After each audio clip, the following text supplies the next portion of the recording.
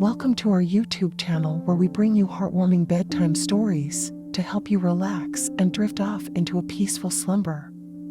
In today's video, we present to you the classic short story, The Gift of the Magi by Charles Dickens. So, snuggle up in your bed, turn off the lights, and let us take you on a journey with The Gift of the Magi. We hope this beautiful story will bring you warmth and comfort as you drift off into a peaceful slumber. The Gift of the Magi. $1.87. That was all. And 60 cents of it was in pennies.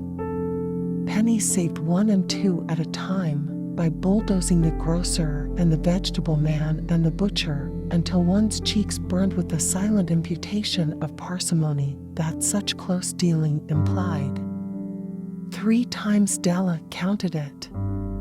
$1.87. And the next day would be Christmas. There was clearly nothing left to do but flop down on the shabby little couch and howl. So Della did it. Which instigates the moral reflection that life is made up of sobs, sniffles, and smiles, with sniffles predominating. While the mistress of the home is gradually subsiding from the first stage to the second, take a look at the home. A furnished flat at $8 per week. It did not exactly beggar description, but it certainly had that word on the lookout for the mendicancy squad. In the vestibule below was a letterbox into which no letter would go, and an electric button from which no mortal finger could coax a ring. Also appertaining thereunto was a card bearing the name Mr. James Dillingham Young. The Dillingham had been flung to the breeze during a former period of prosperity when its possessor was being paid $30 per week. Now, when the income was shrunk to $20, the letters of Dillingham looked blurred, as though they were thinking seriously of contracting to a modest and unassuming D. But whenever Mr. James Dillingham Young came home and reached his flat above, he was called Jim and greatly hugged by Mrs. James Dillingham Young, already introduced to you as Della. Which is all very good. Della finished her cry and attended to her cheeks with the powder rag. She stood by the window and looked out dully at a gray cat walking a gray fence in a gray backyard. Tomorrow would be Christmas Day, and she had only $1.87 with which to buy Jim a present. She had been saving every penny she could for months with this result. $20 a week doesn't go far. Expenses had been greater than she had calculated. They always are. Only $1.87 to buy a present for Jim. Her Jim. Many a happy hour she had spent planning for something nice for him. Something fine and rare and sterling. Something just a little bit near to being worthy of the honor of being owned by Jim. There was a pier glass between the windows of the room. Perhaps you have seen a pier glass in an $8 bat.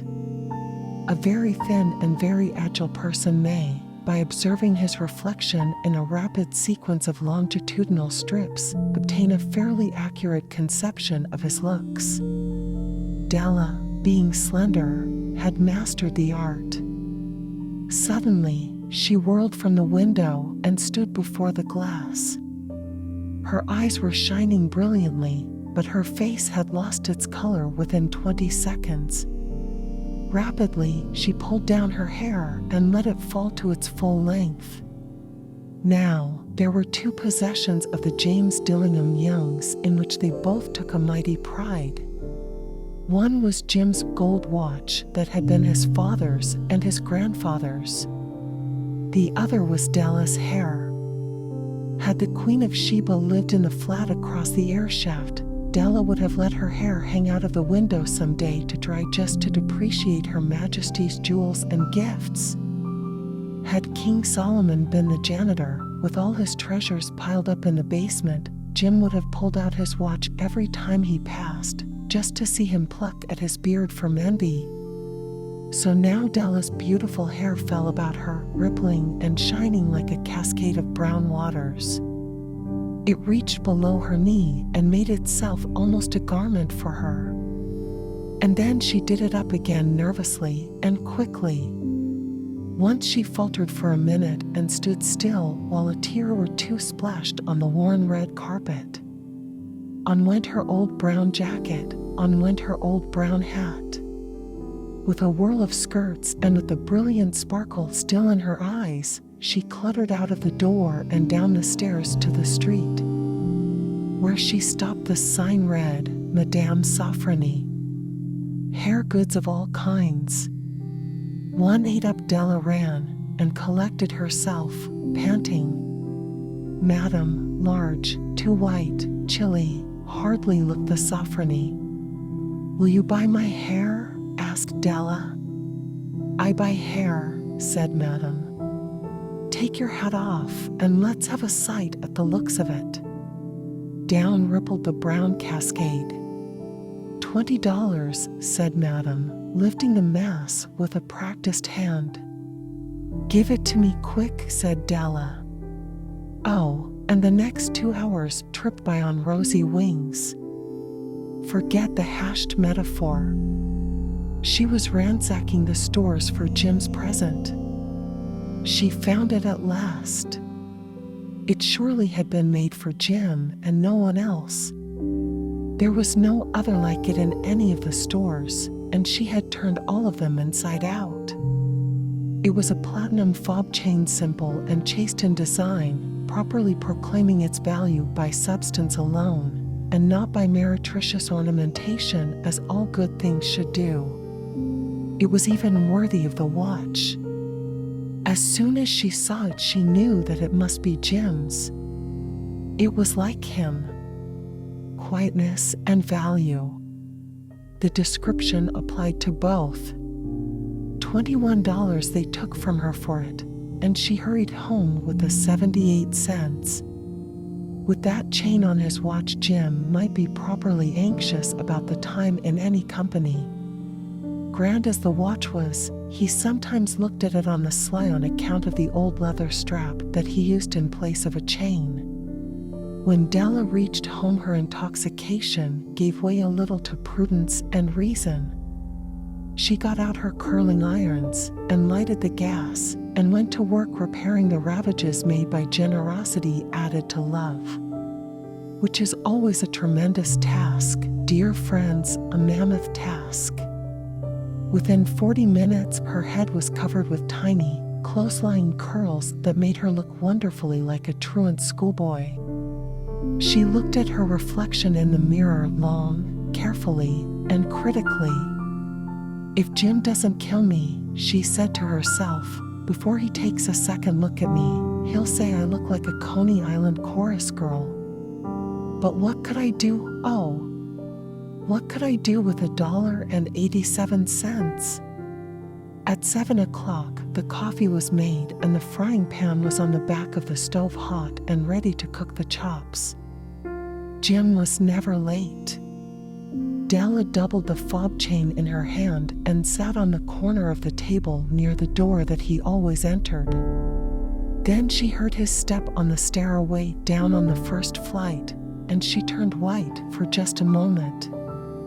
She had a habit of saying little silent prayers about the simplest everyday things, and now she whispered, "Please, God, make him think I am still pretty." The door opened and Jim stepped in and closed it. He looked thin and very serious. Poor fellow, he was only 22, and to be burdened with a family. He needed a new overcoat and he was without gloves. Jim stepped inside the door, as immovable as a setter at the scent of quail. His eyes were fixed upon Della, and there was an expression in them that she could not read, and it terrified her. It was not anger, nor surprise, nor disapproval, nor horror, nor any of the sentiments that she had been prepared for. He simply stared at her fixedly with that peculiar expression on his face. Della wriggled off the table and went for him. "Jim, darling," she cried, "don't look at me that way. I had my hair cut off and sold it because I couldn't have lived through Christmas without giving you a present. It'll grow out again, you won't mind, will you? I just had to do it. My hair grows awfully fast. Say Merry Christmas, Jim, and let's be happy. You don't know what a beautiful, nice gift I've got for you." "You've cut off your hair?" asked Jim, laboriously, as if he had not arrived at that patent fact yet, even after the hardest mental labor. "Cut it off and sold it," said Della. "Don't you like me just as well, anyhow? I'm me without my hair, ain't I?" Jim looked about the room curiously. "You say your hair is gone?" he said, with an air almost of idiocy. "You needn't look for it," said Della. "It's sold, I tell you, sold and gone, too. It's Christmas Eve, boy. Be good to me, for it went for you. Maybe the hairs of my head were numbered," she went on with a sudden serious sweetness, "but nobody could ever count my love for you. Shall I put the chops on, Jim?" Out of his trance, Jim seemed quickly to wake. He enfolded his Della. For 10 seconds, let us regard with discreet scrutiny some inconsequential object in the other direction. $8 a week or $1 million a year, what is the difference? A mathematician or a wit would give you the wrong answer. The Magi brought valuable gifts, but that was not among them. This dark assertion will be illuminated later on. Jim drew a package from his overcoat pocket and threw it upon the table. "Don't make any mistake, Dell," he said, "about me. I don't think there's anything in the way of a haircut or a shave or a shampoo that could make me like my girl any less. But if you'll unwrap that package, you may see why you had me going a while at first." White fingers and nimble tore at the string and paper.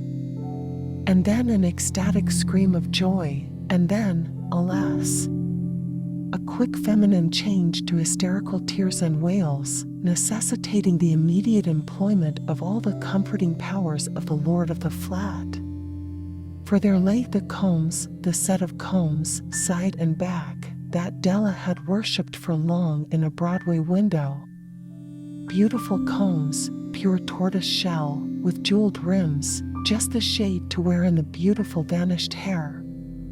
They were expensive combs, she knew, and her heart had simply craved and yearned over them without the least hope of possession. And now they were hers, but the tresses that should have adorned the coveted adornments were gone.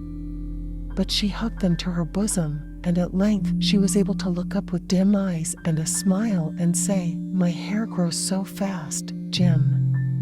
And then Della leaped up like a little singed cat and cried, "Oh, oh." Jim had not yet seen his beautiful present. She held it out to him eagerly upon her open palm. The dull precious metal seemed to flash with a reflection of her bright and ardent spirit. "Isn't it a dandy, Jim? I hunted all over town to find it. You'll have to look at the time 100 times a day now. Give me your watch. I want to see how it looks on it." Instead of obeying, Jim tumbled down on the couch and put his hands under the back of his head and smiled.